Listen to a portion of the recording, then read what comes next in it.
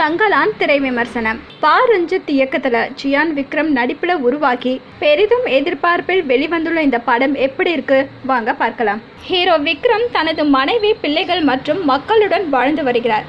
வெள்ளைக்காரர்களின் அரசாங்கத்தின் கீழ் இருக்கும் மிராசுகள் விக்ரமுடைய மக்கள் அனைவரையும் அடிமை போல் நடத்தி வருகிறார்கள். இந்த நிலையை மாற்றி தனது மக்களை அடுத்த கட்டத்திற்கு அழைத்து செல்ல வேண்டும் என நினைக்கிறார் விக்ரம். இந்த நேரத்தில் பிரிட்டிஷ்காரன் டேனியல் மூலம் தங்கம் தேடும் வேலை இவர்களுக்கு வருகிறது.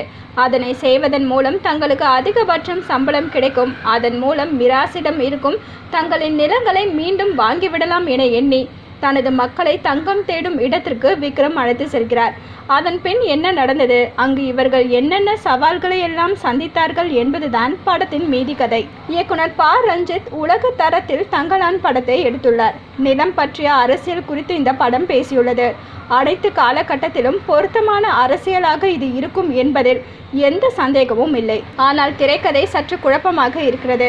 அதுவே படத்தின் மிகப்பெரிய மைனஸ் பாயிண்டாக மாறியுள்ளது. அதே போல நடிகர்கள் பேசும் வசனங்கள் பல இடங்களில் புரியவில்லை, எமோஷனலாக கனெக்ட் ஆகவில்லை.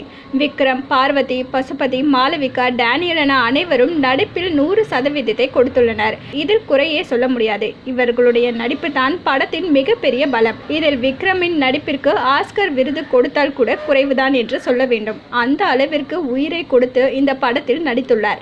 ஆக்ஷன் காட்சிகள் வெறித்தனமாக இருக்கிறது. ஹீரோ விக்ரமை தாண்டி படத்தின் மற்றொரு ஹீரோ என்றால் அது இசையமைப்பாளர் ஜி.வி. பிரகாஷ் தான். படத்தில் எங்கெல்லாம் தொய்வு ஏற்படுகிறதோ அங்கெல்லாம் தனது பின்னணி இசையால் மிரட்டிவிட்டார். மேலும் பாடல்களும் பக்காவாக இருக்கிறது.